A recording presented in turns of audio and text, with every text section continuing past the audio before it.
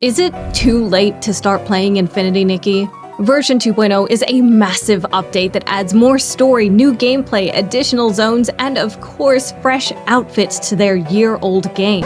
But I'm a newcomer. Is it too overwhelming, too daunting to start Infinity Nikki now, 1 year after launch? This is the universal question for every live service game, so when Infinity Nikki approached me, that's the first thing I wanted to answer. So thanks to Infinity Nikki for sponsoring this video.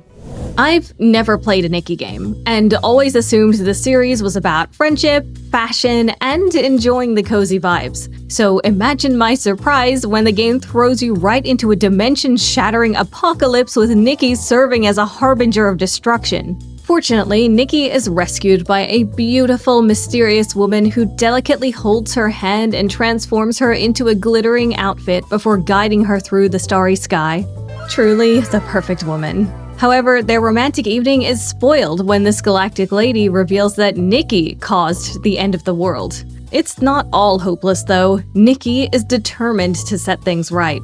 But before we go on, I just have to take a moment to talk about the visuals. I knew Infinity Nikki was known for its cosmetics, but honestly, I had no idea that the clothing could look so gorgeous. The varied fabrics have weight and texture, each button and stitch is rendered with such loving detail, and the way the light sparkles off the gemstones and textiles is absolutely mesmerizing. Honestly, I didn't know 3D clothing could look so good. With the gloomy, but gorgeous introduction out of the way, you'll have the option to start with the 1.0 story or jump right into the 2.0 story. I really appreciated this option, since trying to speed through a year's worth of content to get to the new stuff would make me feel like that one SpongeBob meme. For the sake of this review, I jumped right into the 2.0 content.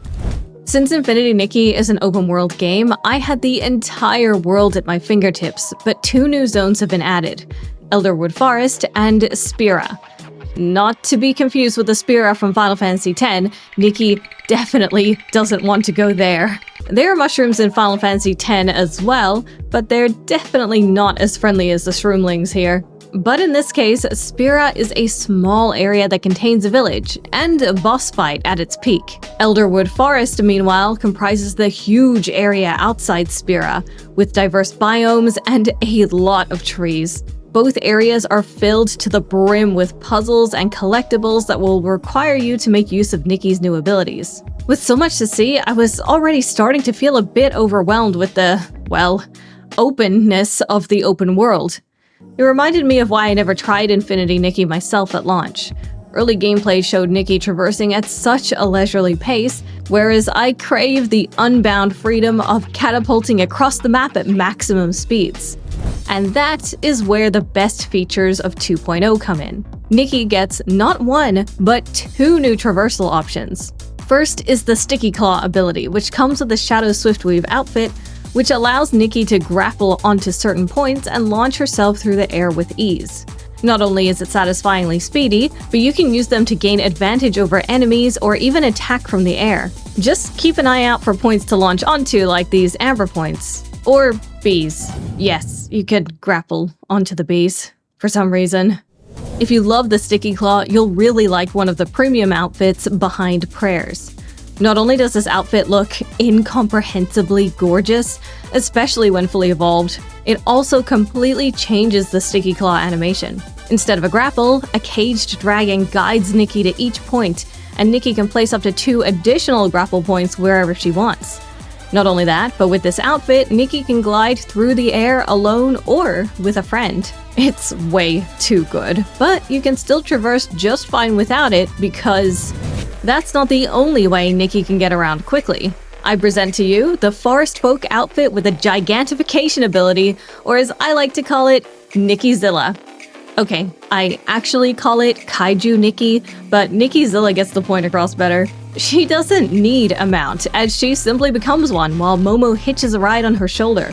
Her 10-foot-long legs allow her to cover way more ground, and she can even break into a sprint with the press of a button, blasting through environments with ease. And that's not all gigantification is good for. Ledges? Child's play. Water too deep to cross? Not anymore.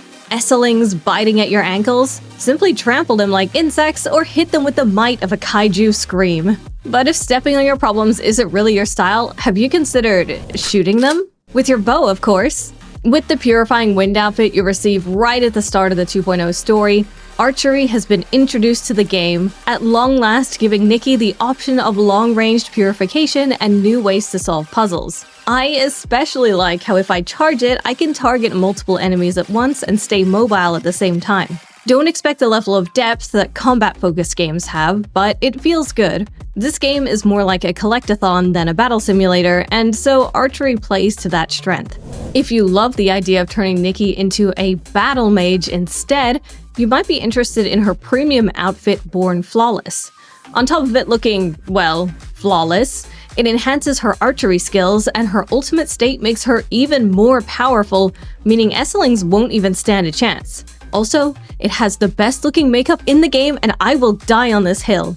And last but not least is a third new combat ability, Battle Companion. This comes with the Dreamwood Deep outfit, which allows you to summon allies to aid Nikki in battle, either to purify or provide support in certain 2.0 areas. With so many new ways to traverse and battle, I could play Infinity Nikki on my terms, and that freedom of choice and customization is what makes this game feel special.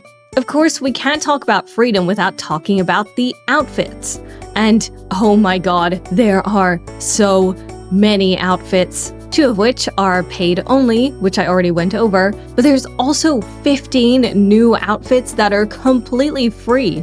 Each one with multiple dye channels and tons of options to mix and match. And thanks to customization options, you can even use an outfit's ability while looking completely different. Which is great because the new free Miracle outfit, Providence Immemorial, might just be the best look in the game, and I want it on everything.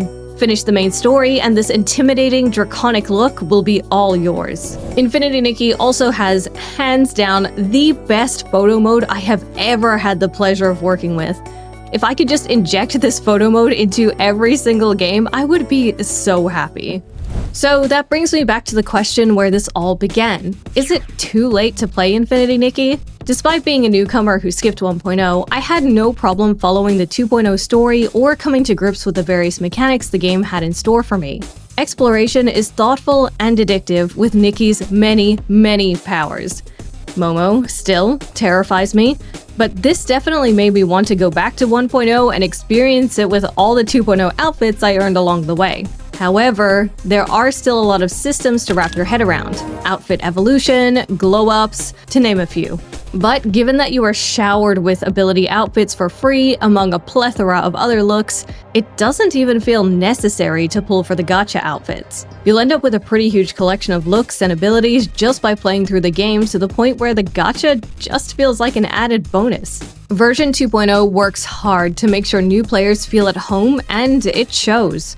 So no, it's definitely not too late to jump into Infinity Nikki. But tell me in the comments if you're on Team Born Flawless or Team Behind Prayers, because I know which one has my heart. It's Born Flawless, I love those eyes so much. Infinity Nikki is available to download now for free on PlayStation, PC, and on mobile. Thanks again to Infinity Nikki for sponsoring this video. You can download Infinity Nikki with the link in my description. It really helps out the channel. If you're interested in generous games, Duet Night Abyss just released Fina, who you can earn for free permanently, just like every other character in the game. So watch this video to find out how you can get them.